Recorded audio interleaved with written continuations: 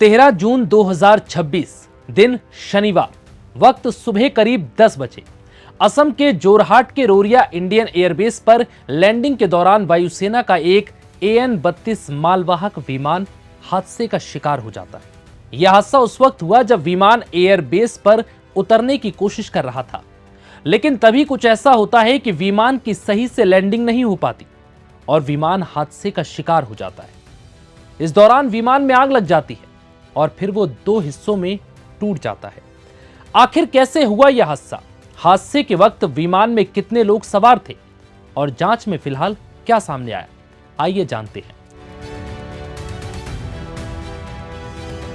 दरअसल असम के Jorhat air force station से इस विमान ने हमेशा की तरह रूटीन उड़ान के लिए सुबह करीब 9:53 पर उड़ान भरी, जिसके ठीक 5 मिनट बाद यह विमान 9:58 पर लैंड करने की कोशिश कर रहा था। फिर अगले 2 मिनट में यह विमान रनवे पर ठीक 10 बजे लैंड ना करके रनवे के पास ही क्रैश हो जाता है। जिस वक्त यह विमान हादसे का शिकार हुआ, इसमें पायलट समेत 6 जवान सवार थे।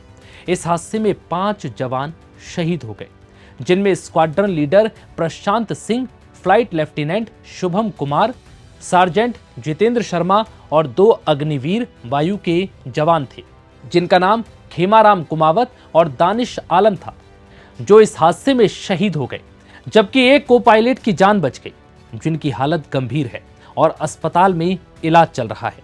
जानकारी के मुताबिक वायुसेना का यह विमान रूटीन उड़ान पर था।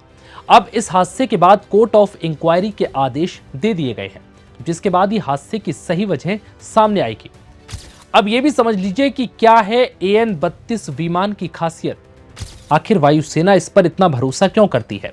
दरअसल AN-32 मालवाहक विमान का इस्तेमाल जरूरी सामानों और सैनिकों की ढुलाई के लिए किया जाता है। इनमें 3 से 4 क्रू मेंबर, जिनमें को पायलट, पायलट, नेविगेटर और फ्लाइट इंजीनियर होते हैं। ये एक बार में करीब 6 से 7 टन सामान और 40 से 50 सैनिकों को ले जाने की क्षमता रखता है। यह विमान 530 किलोमीटर प्रति घंटे की रफ्तार से उड़ान भर सकता है। ये पहाड़ी और दुर्गम इलाकों में भी उड़ान भरने में सक्षम है। ये छोटे और कच्चे रनवे से भी टेक ऑफ और लैंडिंग कर सकता है। पैराशूट के जरिए जवानों और सामानों को नीचे उतारने में भी इस विमान का इस्तेमाल किया जाता है। राहत और बचाव अभियान में भी इसका इस्तेमाल होता है।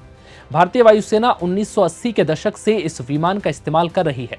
इसे वायुसेना का वर्क हॉर्स यानी सबसे भरोसेमंद मालवाहक विमान भी माना जाता है।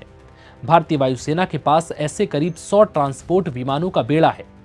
इंडियन एयरफोर्स ने रूस से 125 प्लेन खरीदे थे, लेकिन अब एक्टिव ड्यूटी प्लेन की संख्या करीब 100 रह गई है।